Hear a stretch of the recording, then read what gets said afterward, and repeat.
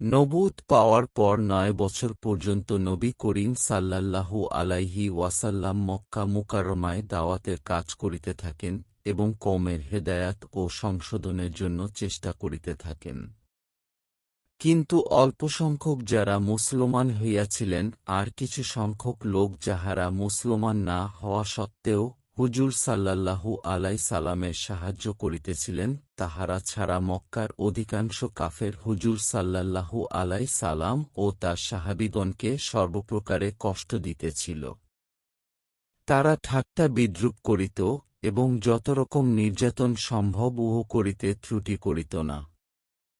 হুজুর সাল্লাল্লাহু আলাইহি ওয়াসাল্লামের চাচা আবু তালেব সেই সকল হৃদয়বান লোকদের মধ্যে ছিলেন যারা মুসলমান না হওয়া সত্ত্বেও হুজুর সাল্লাল্লাহু আলাইহি সালামের সর্বপ্রকার সাহায্য সহযোগিতা করিতেন।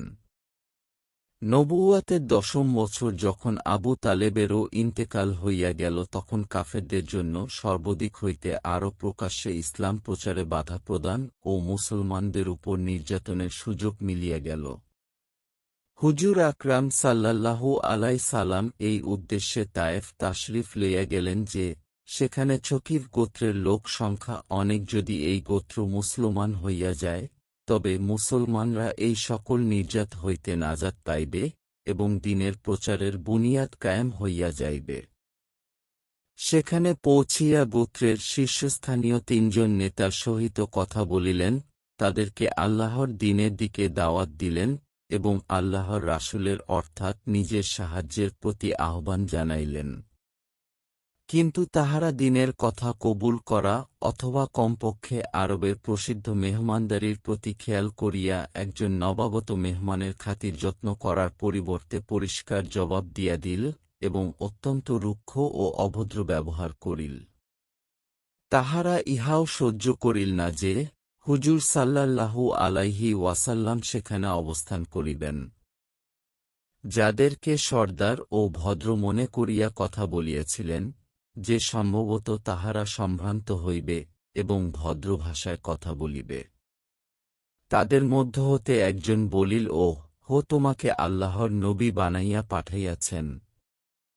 দ্বিতীয়জন বলিল, আল্লাহ তাআলা কি তোমাকে ছাড়া আর কাহাকেও পান নাই যাকে রাসূল বানাইয়া পাঠাইতেন? তৃতীয়জন বলিল, আমি তোমার সঙ্গে কথা বলিব না, কেননা সত্যই যদি তুমি নবী হইয়া থাকো যেমন তুমি দাবি করিতেছ, তবে তোমার কথা অমান্য করলে বিপদ হইবে, আর যদি তুমি মিথ্যাবাদী হও তবে আমি এই রূপ লোকের সঙ্গে কথা বলিতে চাই না। অতঃপর তাহাদের ব্যাপারে নিরাশ হইয়া ও হুজুর সাল্লাল্লাহু আলাইহি ওয়াসাল্লাম অন্যান্য লোকের সহিত কথা বলার ইচ্ছা করিলেন, কারণ তিনি ছিলেন ধৈর্য ও হিম্মতের পাহাড়। কিন্তু কেউই তাহার দাওয়াত কবুল করিল না, বরং কবুল করার পরিবর্তে তাহারা নবী করিম সাল্লাল্লাহু আলাইহি ওয়াসাল্লামকে বলিয়া দিল, আমাদের শহর ছাড়িয়া এক্ষুনি বাইর হইয়া যাও এবং যেখানে তোমার চাহিদা হয় সেখানে চলিয়া যাও। হুজুর সাল্লাল্লাহু সালাম যখন তাদের নিকট হতে সম্পূর্ণ নিরাশ হইয়া ফিরিয়া যাইতেছিলেন, তখন তাহারা শহরের ছেলেদেরকে তাহার পিছনে লেলাইয়া দিল। তাহারা হুজুর সাল্লাল্লাহু সালামের সহিত ঠাট্টা বিদ্রূপ করিতে লাগিল, তালি বাজাইতে লাগিল, পাথর নিক্ষেপ করিতে লাগিল। ইহাতে রক্তপাত প্রবাহিত হইবার কারণে তাহার উভয় জুতা রঞ্জিত হইয়া গেল। এ অবস্থাতেই তিনি ফিরিয়া চলিলেন।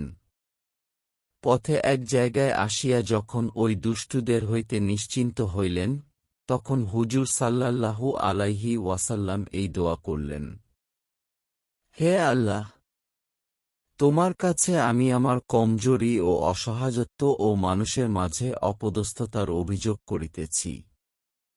ইয়া আরহামার রাহিমিন, তুমি দুর্বলদের রব এবং তুমি আমার রব। আমাকে তুমি কাহার সোপর্দ করিতেছ? কোনো অপরিচিত পর মানুষের সোপর্দ করিতেছ, যে আমাকে দেখে বিরক্ত হয়, মুখ বিকৃত করে? নাকি আমাকে এমন কোনো দুশমনের সোপর্দ করিতেছ যাকে আমার উপর ক্ষমতা দিয়াছ? হে আল্লাহ, তুমি যদি আমার উপর অসন্তুষ্ট না থাকো তবে আমি কাহারও পরোয়া করি না। তোমার হেফাজতেই আমার জন্য যথেষ্ট। আমি তোমার চেহারার ওই নূরের উসিলায় যাহা দ্বারা সকল অন্ধকার আলোকিত হইয়া গিয়াছে, এবং যাহা দ্বারা দুনিয়া ও আখেরাতের যাবতীয় কাজ দুরুস্ত হইয়া যায়, এই বিষয়ে পানা চাইতেছি যে আমার প্রতি তোমার আক্রোশ হয়, অথবা তুমি আমার প্রতি অসন্তুষ্ট হও। তোমার অসন্তুষ্টি দূর করা আমার জন্য জরুরি যতক্ষণ না তুমি সন্তুষ্ট হও। তুমি ছাড়া কোনো শক্তি নাই, কোনো ক্ষমতা নাই।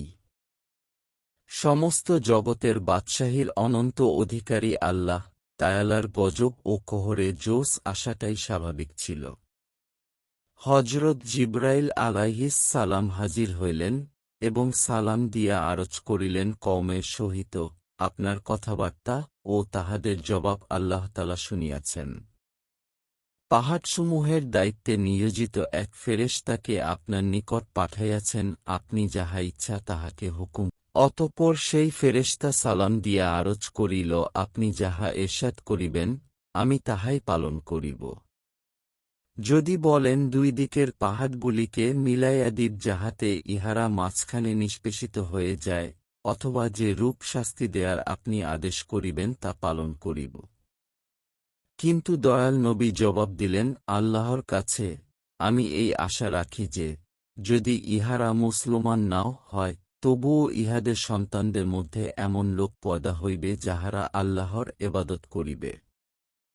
ইহা হইল সে দয়াল নবী সাল্লাল্লাহু আলাইহি ওয়াসাল্লাম এর সুমহান চরিত্র, যাহার নামে আমরা আমাদের পরিচয় দিয়া থাকি।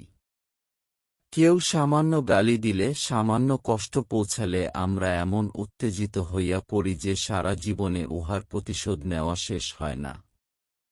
জুলুমের উপর জুলুম করিতে থাকি। এরপরও উম্মতে মুহাম্মদী ও নবীর অনুসারী হইবার দাবি করি। আর নবী করিম সাল্লাল্লাহু আলাইহি সাল্লাম এত কঠিন অত্যাচার ও কষ্ট সহ্য করা সত্ত্বেও কোনো বদদোয়া করিলেন না এবং প্রতিশোধও নিলেন না। আল্লাহ পাক আমাদের ধৈর্যশক্তি বাড়িয়ে দিন এবং নবী ও সাহাবীদের কষ্টের জিন্দেগি অনুসরণ করার তৌফিক দান করুন। আমিন। ভিডিওটি ভালো লাগলে লাইক করবেন এবং প্রিয়জনদের মাঝে শেয়ার করে দেবেন। ভিডিওটি থেকে আপনারা কি শিখতে পারলেন কমেন্ট করে জানাবেন।